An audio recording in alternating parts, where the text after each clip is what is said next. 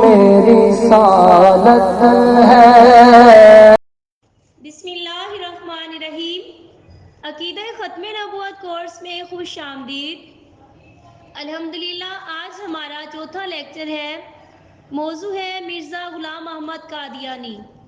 بہت سے مسلم افراد کی طرف سے یہ سوال اٹھتا ہے کہ ہم اس موضوع کو پڑھ کر کیا کریں گے؟ ہم اسے نہیں جاننا چاہتے، اس کے متعلق علم رکھنا کیوں ضروری ہے؟ ان کے لیے یہ عرض کر رہی ہوں کہ قادیانیت کے ملحق مرض ایمان لیوا جراثیم کو جاننا ضروری ہے، جو بن بلائے دستک دیتے ہیں اور بھرپور لالچ دے کر شیطان کے چنگل میں پھنسا کر ایمان کا شکار کرتے ہیں۔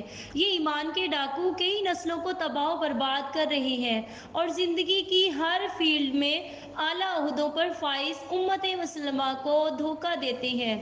جب تک ہم دشمن اسلام کے شر کو نہیں پہچانیں گے تو کیسے بچ سکیں گے؟ یا ڈاکٹر کو مرض نہیں بتائیں گے تو علاج کیسے کروائیں گے؟ یاد رہے کہ یہ مسلمہ حقیقت ہے۔ مذہب کی بنیاد بانی مذہب کے عقائد و نظریات پر ہوتی ہے۔ ایسے ہی یہ بھی ایک واضح حقیقت ہے کہ ہر مذہب کا بانی اپنے مذہب کے لیے بطور آئینہ ہوتا ہے۔ اس لیے قادیانیت کو سمجھنے کے لیے مرزا غلام احمد قادیانی کی شخصیت کا تعارف، اس کے حالات زندگی اور کردار سے واقفیت انتہائی ضروری ہے، تاکہ اندازہ ہو سکے کہ جماعت مرزائیت جس شخص کو نبی اور رسول مانتی ہے وہ نعوذ باللہ کس معیار کا ہے۔ جیسے کہ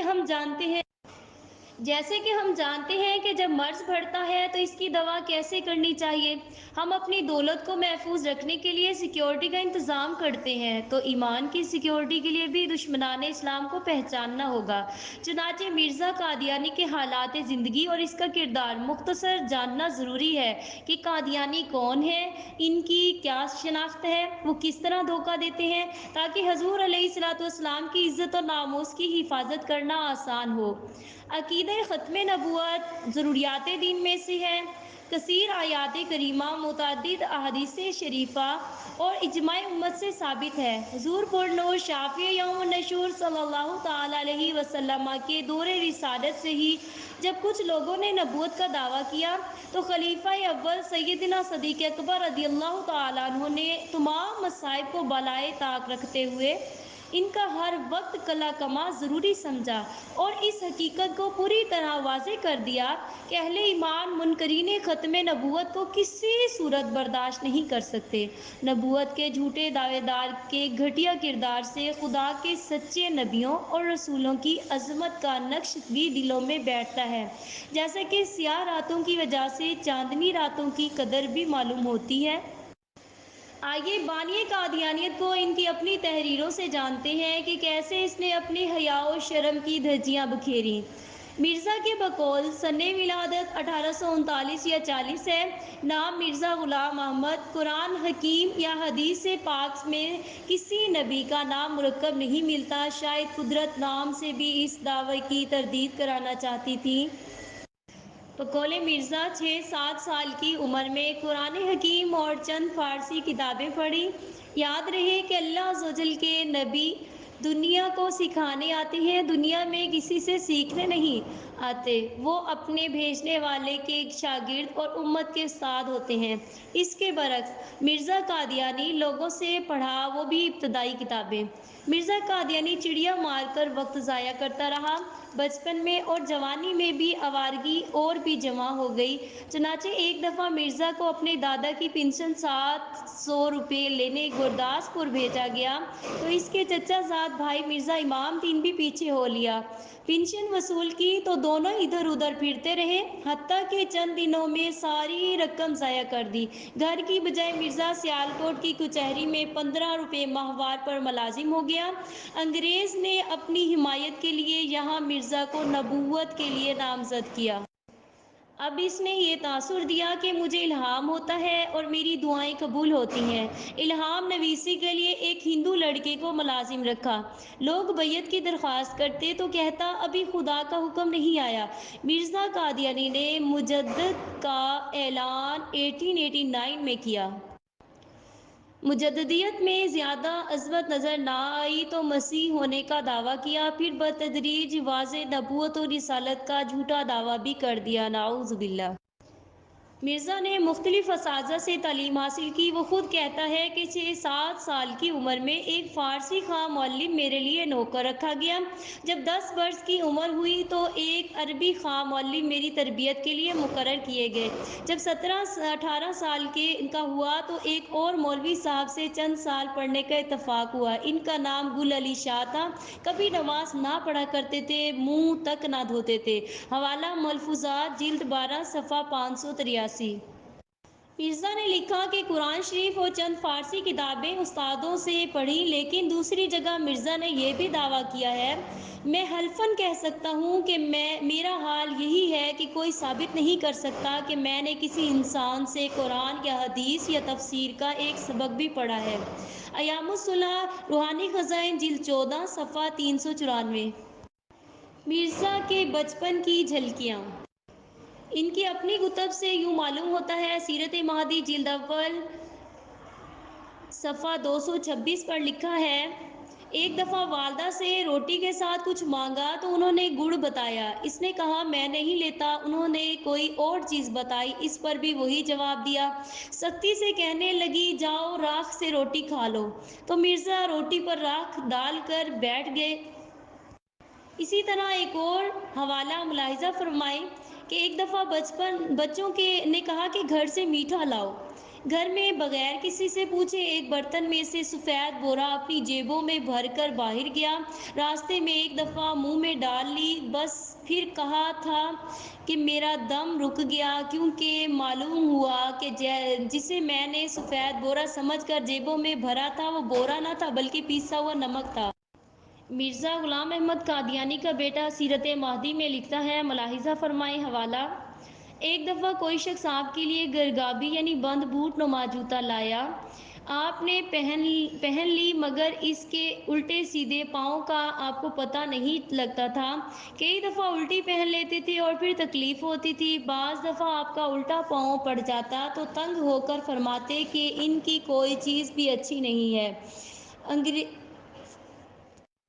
والدہ صاحبہ نے فرمایا کہ میں نے آپ کی سہولت کے واسطے الٹے سیدھے پاؤں کی شناخت کے لیے نشان لگا دیے تھے، مگر باوجود اس کے آپ الٹا سیدھا پہن لیتے تھے، اس لیے آپ نے اسے اتار دیا۔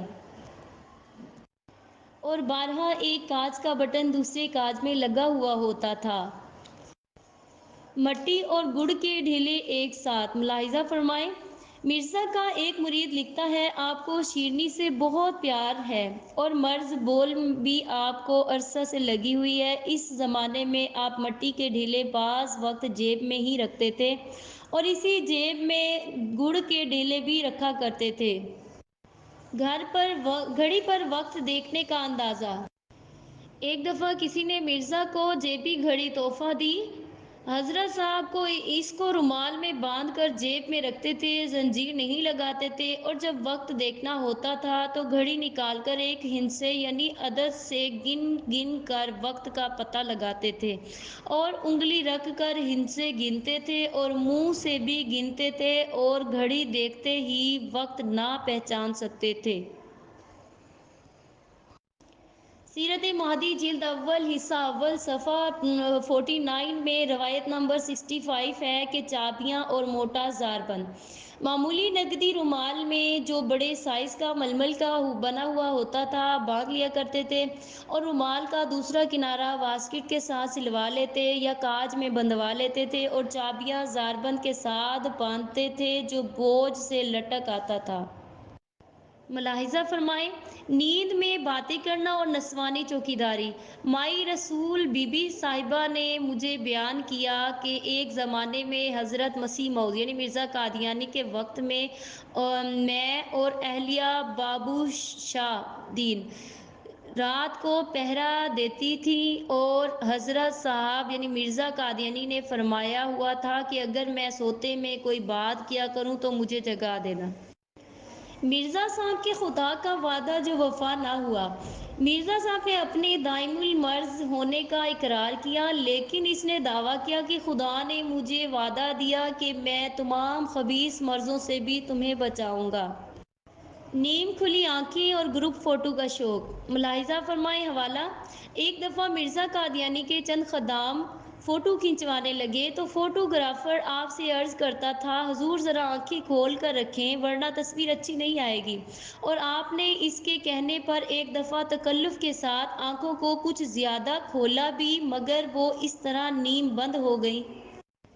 اسلامی مہینوں میں چوتھے لڑکے مبارک احمد کی پیدائش کا ذکر کرتے ہوئے لکھا، اور جیسا کہ وہ لڑکا چوتھا تھا، اسی مناسب کے لحاظ سے اس نے اسلامی مہینوں میں سے چوتھا مہینہ لیا، یعنی ماہ صفر، اور ہفتے کے دنوں میں سے چوتھا دن لیا، چہارشنبہ، جبکہ اسلامی مہینوں میں چوتھا مہینہ صفر نہیں بلکہ ربیع الثانی ہوتا ہے۔ نیز فارسی میں ہفتے کا دن چہارشنبہ نہیں بلکہ سہ شنبہ ہوتا ہے۔ سیرت النبی صلی اللہ علیہ وسلم کے بارے میں مرزا قادیانی کی جہالت، ملاحظہ فرمائیں کہ حضور صلی اللہ علیہ وسلم کی سیرت طیبہ اور حیات مبارکہ کے بارے میں مرزا قادیانی کا علم کتنا تھا۔ اس نے ایک جگہ لکھا کہ تاریخ کو دیکھو کہ حضرت صلی اللہ تعالیٰ علیہ وسلم وہی ایک یتیم لڑکا تھا جس کا باپ پیدائش سے چند دن بعد ہی فوت ہو گیا اور ماں صرف چند ماہ کا بچہ چھوڑ کر مر گئی تھی، نعوذ باللہ۔ ادنیٰ سا طالب علم بھی جانتا ہے کہ نبی کریم صلی اللہ تعالیٰ علیہ وسلم کے والد گرامی آپ صلی اللہ تعالیٰ علیہ وسلم کی ولادت و سعادت سے قبل وصال فرما چکے تھے، اور جب آپ صلی اللہ تعالیٰ علیہ وسلم کی والدہ ماجدہ کا انتقال ہوا تو آپ صلی اللہ علیہ وسلم کی عمر مبارک 6 سال کے قریب تھی۔ مرزا کے نزدیک ارکان وضو صرف 3، قرآن کریم نے وضو کے ارکان 4 بیان کیے ہیں: منہ دھونا، کہنیوں سمیت دونوں ہاتھوں اور بازو کا دھونا، چوتھائی سر کا مسح کرنا، ٹخنوں سمیت پاؤں دھونا۔ لیکن مرزا قادیانی لکھتا ہے، وضو کرنا تو صرف ہاتھ، پیر اور منہ دھونا ہے۔ نور القرآن، روحانی خزائن، جلد 9 صفحہ 420۔ اس عبارت میں مرزا نے سر کے مسح کو بھی شاید جہاد کی طرح منسوخ کر دیا۔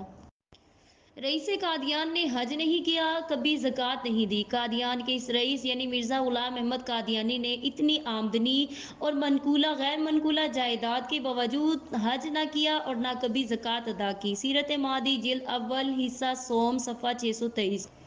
اس نے بے شمار دعوے کیے ہیں۔ المختصر خاتم النبیین ہونے کا بھی دعویٰ کیا ہے، نعوذ باللہ۔ خاتم النبیین ہونے کا دعویٰ اس الفاظ میں ملتا ہے: کشتِ نوح، روحانی خزائن، جلد 19 صفحہ 61۔